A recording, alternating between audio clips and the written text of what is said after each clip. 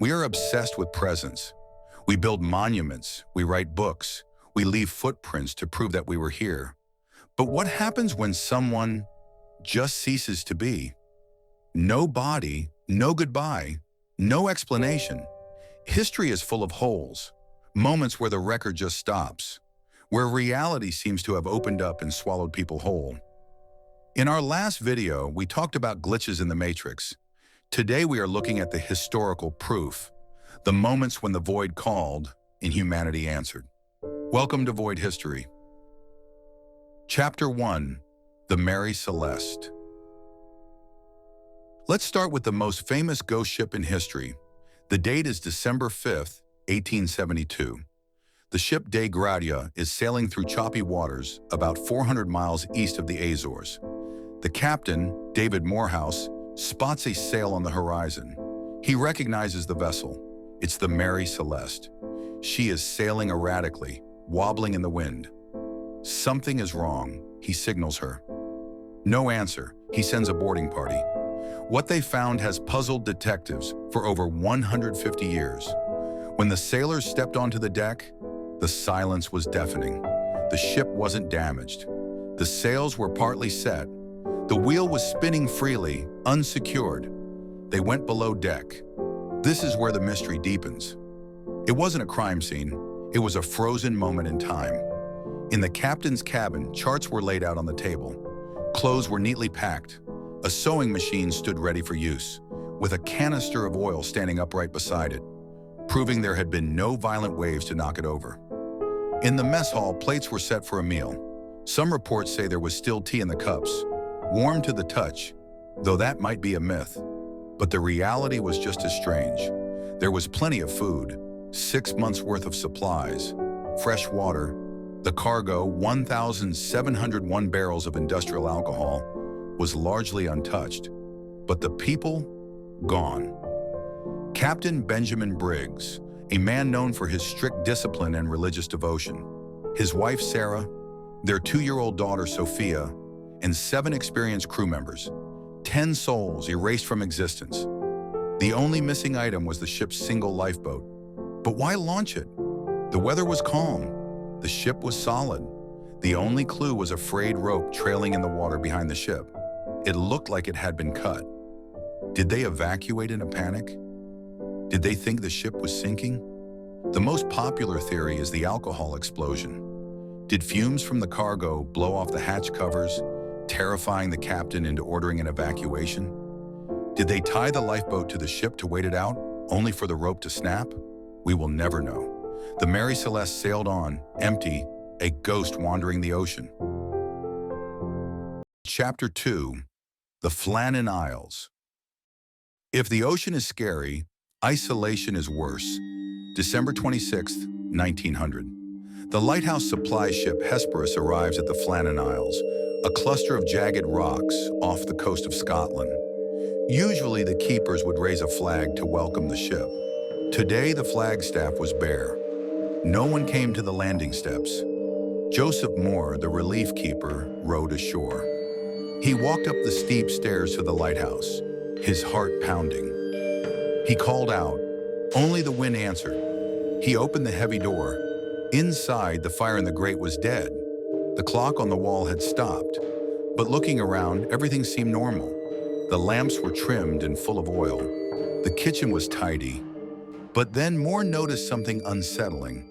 A chair by the kitchen table was overturned, as if someone had jumped up in a sudden terror.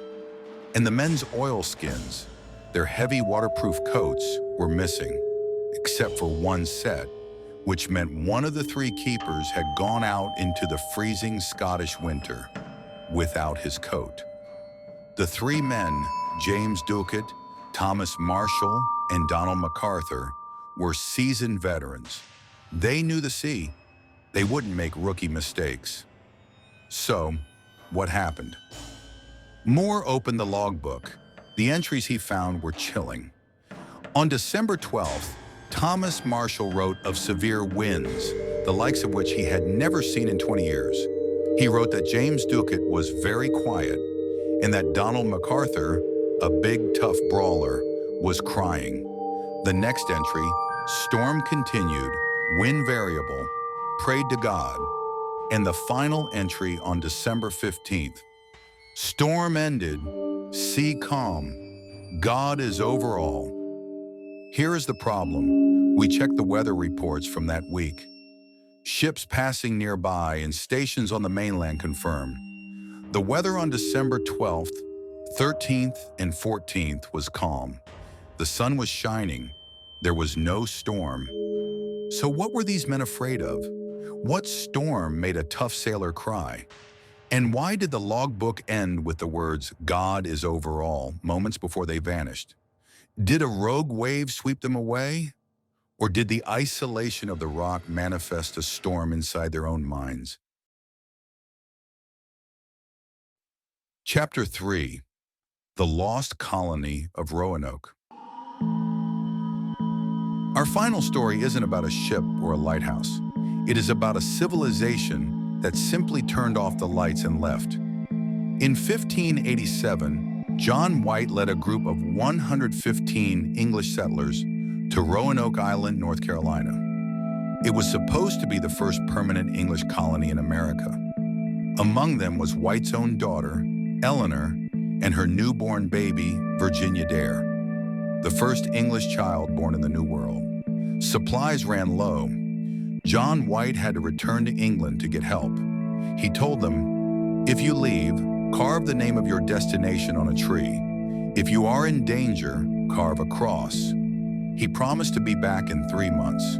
He lied, not on purpose, but history had other plans. War broke out between England and Spain. Every ship was seized for battle. White was stuck in England for 3 long years. Imagine the guilt. 3 years thinking of his daughter and granddaughter alone in the wilderness. When he finally returned in August 1590, his heart must have stopped. He saw smoke rising from the island. He thought it was a signal fire. He fired a cannon to say, "I'm here," and his men sang songs as they rowed ashore. But the smoke was just a forest fire. The colony was silent. The houses were gone. Not burned down, dismantled. Taken apart neatly, piece by piece. The heavy cannons were thrown into the ocean to save weight. They had moved. But where? White ran to the palisade fence. He found no cross, no distress signal, just one word carved into a wooden post: Croatoan. Croatoan was a nearby island inhabited by a friendly Native American tribe. It seemed like a clear answer. They had moved in with the neighbors. White wanted to sail there immediately, but a massive hurricane struck the next day. The anchor cable snapped. The crew threatened mutiny. They forced him to return to England. He never went back. He never knew what happened to his family. Did they assimilate and become part of the tribe? There are reports from later centuries of gray-eyed Indians in that area who spoke outdated English.